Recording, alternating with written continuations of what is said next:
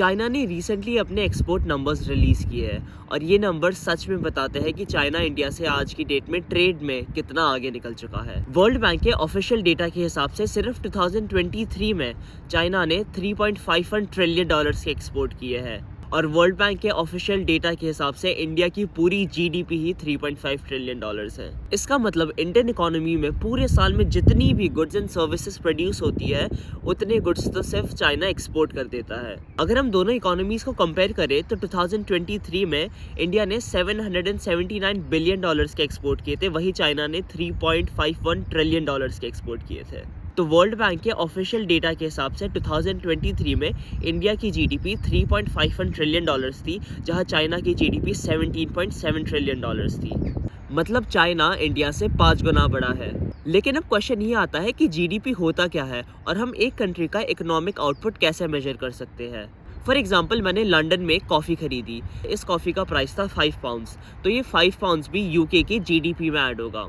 और सिर्फ ये कॉफ़ी का प्राइस ही नहीं, जिस बरिस्ता ने इस कॉफ़ी को बनाया है उसकी सैलरी भी यूके की जीडीपी में ऐड होगी और जिस कॉफ़ी मशीन से वो कॉफ़ी बनी है उस कॉफ़ी मशीन की वैल्यू भी यूके की जीडीपी में ऐड होगी। इनफैक्ट आप अपनी डे टू डे लाइफ के अंदर जो भी देखते हैं वो सब जीडीपी में ऐड होता है। यूके की जीडीपी 3.3 ट्रिलियन डॉलर्स है, इंडिया की जीडीपी 3.5 ट्रिलियन डॉलर्स है और यूएस जो वर्ल्ड की सबसे बड़ी इकोनॉमी है उसकी जीडीपी है 27.7 ट्रिलियन डॉलर। अब मैं आपको एक्सप्लेन करता हूँ जीडीपी का concept. GDP stands for gross domestic product. Her country में 3 टाइप के सेक्टर्स होते हैं, प्राइमरी सेक्टर, सेकेंडरी सेक्टर और टर्शियरी सेक्टर। सबसे पहला सेक्टर आता है प्राइमरी सेक्टर। प्राइमरी सेक्टर मतलब जब भी कोई कंट्री अपने नेचुरल रिसोर्सेज हार्वेस्ट करके उससे इकोनॉमिक वैल्यू जनरेट करती है उसे कहते हैं primary sector. For example agriculture, fishing, mining. फिर नेक्स्ट सेक्टर आता है secondary sector. Secondary sector raw materials को फिनिश गुड्स के अंदर ट्रांसफॉर्म करता है। इसका एग्जांपल है manufacturing cars and building infrastructure projects like highways. और थर्ड सेक्टर आता है टर्शियरी और सर्विस सेक्टर। ये सेक्टर कंज्यूमर और बिजनेसेस को सर्विसेज प्रोवाइड करता है, जैसे transportation, health care, finance and education. For example, banks जब बिजनेसेस और कंज्यूमर्स को लोन देते हैं तब वो एक सर्विस प्रोवाइड कर रहे हैं। और जब आपको कम्यूट करना होता है और आप फ्लाइट बुक करवाते हो तब एयरलाइन कंपनीज भी आपको एक सर्विस दे रही है। इन सेक्टर्स में एक जनरल ट्रेंड ये है कि जो डेवलप्ड इकोनॉमीज होती है जैसे यूएस, चाइना एंड जापान, ये सारी कंट्रीज का मैन्युफैक्चरिंग और टर्शियरी सेक्टर का आउटपुट बहुत स्ट्रांग होता है। वेराज जो लेस डेवलप्ड और डेवलपिंग इकोनॉमीज होती है वो अपने प्राइमरी सेक्टर के ऊपर ज्यादा रिलाई करती है। वर्ल्ड बैंक के लेटेस्ट 2023 के डेटा के हिसाब से सबसे बड़ी इकोनॉमी है यूनाइटेड स्टेट्स, 27.7 ट्रिलियन डॉलर्स। फिर आती है China, Germany, Japan, India, UK और फ्रांस। लेकिन अब आपके दिमाग में ये क्वेश्चन उठ रहा होगा कि ये इतने बड़े नंबर्स कैलकुलेट कैसे होते हैं। तो मैं आपको बताता हूँ। जीडीपी कैलकुलेट करने के 3 तरीके होते हैं, एक्सपेंडिचर अप्रोच, इनकम अप्रोच और आउटपुट अप्रोच। बट सबसे कॉमन तरीका है एक्सपेंडिचर अप्रोच। जीडीपी 4 कॉम्पोनेंट से बनता है। GDP equals consumption plus investment plus government spending plus net exports. तो अब मैं आपको सबसे पहले समझाता हूँ कंजम्पशन। कंजम्पशन वो स्पेंडिंग है जो आप और मेरे जैसे लोग स्पेंड करते हैं, जैसे कॉफ़ी खरीदना, खाना खाना या कोई सर्विस लेना जैसे हेयर कट। जीडीपी का सेकंड पार्ट होता है इन्वेस्टमेंट। इन्वेस्टमेंट ये मेजर करता है कि एक कंट्री में बिजनेसेस कितना स्पेंड कर रहे हैं लैंड, बिल्डिंग और मशीनरी खरीदने के लिए। और अगर आप घर खरीदते हो तो वो भी कंज्यूमर इन्वेस्टमेंट के अंडर आता है, जो इन्वेस्टमेंट कैटेगरी में इंक्लूड होता है। जब एक कंट्री में इकोनॉमिक ग्रोथ बहुत स्लो हो रही होती है या रिसेशन होता है तो बिजनेसेस और इंडिविजुअल्स दोनों पैसे सेव करना स्टार्ट कर देते हैं और वो इन्वेस्टमेंट नहीं करते हैं। फॉर एग्जाम्पल, जब कोविड-19 आया था तब सब लोगों ने अपनी कंज्यूमर स्पेंडिंग कम कर दी थी और लोगों ने इन्वेस्टमेंट्स करने भी छोड़ दिए थे। मतलब जीडीपी इक्वेशन के 2 एलिमेंट्स, कंज्यूमर स्पेंडिंग और इन्वेस्टमेंट कम हो गए, जिस वजह से एक वर्ल्ड वाइड रिसेशन स्टार्ट हो गया था। और इकोनॉमिस्ट रिसेशन को बहुत सिंपली डिफाइन करते हैं, जब 2 कॉन्सिक्यूटिव क्वार्टर्स में नेगेटिव ग्रोथ होती है उसे वो रिसेशन बताते हैं। अब थर्ड पार्ट आता है गवर्नमेंट स्पेंडिंग। इसमें वो काउंट होता है जो एक कंट्री की लोकल, स्टेट और नेशनल गवर्नमेंट स्पेंड करती है पब्लिक सर्विसेज के ऊपर, फॉर एग्जांपल इंफ्रास्ट्रक्चर, स्कूल और डिफेंस।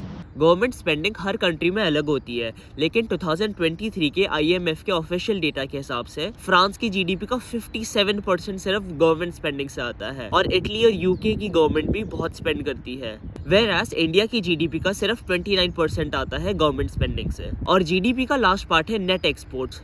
मतलब एक्सपोर्ट्स माइनस इम्पोर्ट्स। बहुत सारी कंट्रीज इंक्लूडिंग इंडिया के नेट एक्सपोर्ट्स नेगेटिव में होते हैं। इसका मतलब हम वर्ल्ड से ज़्यादा इम्पोर्ट करते हैं compare to exports. For example, अगर इंडिया ने $800 बिलियन की गुड्स एंड सर्विसेज इंपोर्ट करी लेकिन सिर्फ $600 बिलियन की गुड्स एंड सर्विसेज एक्सपोर्ट करी, मतलब इंडिया का नेट एक्सपोर्ट्स हो गया -$200 बिलियन।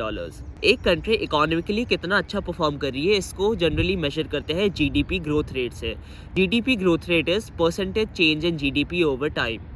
अगर एक इकोनॉमी अच्छा परफॉर्म कर रही होती है तो उसकी जीडीपी ग्रोथ रेट पॉजिटिव होती है, और अगर 2 कॉन्जिक्यूटिव क्वार्टर्स में जीडीपी ग्रोथ रेट नेगेटिव आ जाए तो उसे रिसेशन बोलते हैं। जीडीपी में फिजिकल गुड्स तो अच्छे से रिकॉर्ड हो जाते हैं, लेकिन जो डिजिटल सर्विसेज होती है वो रिकॉर्ड करने में बहुत प्रॉब्लम आती है। फॉर एग्जांपल, आपने नेटफ्लिक्स का सब्सक्रिप्शन लिया £12 का। उस सब्सक्रिप्शन के अंडर आप सारी मूवीज़ और टीवी सीरीज़ अनलिमिटेड स्ट्रीम कर सकते हो, लेकिन अगर आपको वो मूवीज़ इंडिविजुअली देखनी होती तो या तो आपको थिएटर में जाना पड़ता या आपको उनको ऑनलाइन बाय करनी पड़ती। लेकिन आपने सारी मूवीज़ इंडिविजुअली तो खरीदी नहीं, आपने सिर्फ एक £12 का सब्सक्रिप्शन खरीद लिया। बट यूके की इकोनॉमी में सिर्फ ये £12 की इकोनॉमिक एक्टिविटी रिकॉर्ड होगी, लेकिन एज ए कंज्यूमर आपको £12 से बहुत ज़्यादा की वैल्यू मिली है। इसके साथ जीडीपी में इकोनॉमिक डिस्पैरिटी और क्वालिटी ऑफ लाइफ जैसे मेट्रिक्स भी इग्नोर होते हैं। अब आपको एग्जैक्टली पता है कि जीडीपी क्या होता है और वो कैसे कैलकुलेट होता है, लेकिन अब आपके दिमाग में ये आ रहा होगा कि चाइना की जीडीपी इंडिया की जीडीपी से 5 टाइम्स कैसे हो गई। इसका मेन रीज़न है कि चाइना अपने तीनों सेक्टर्स, प्राइमरी, सेकेंडरी और टर्शियरी सेक्टर्स में एग्रेसिवली इन्वेस्ट करता है और उनकी कैपेबिलिटीज़ को स्केल करता रहता है।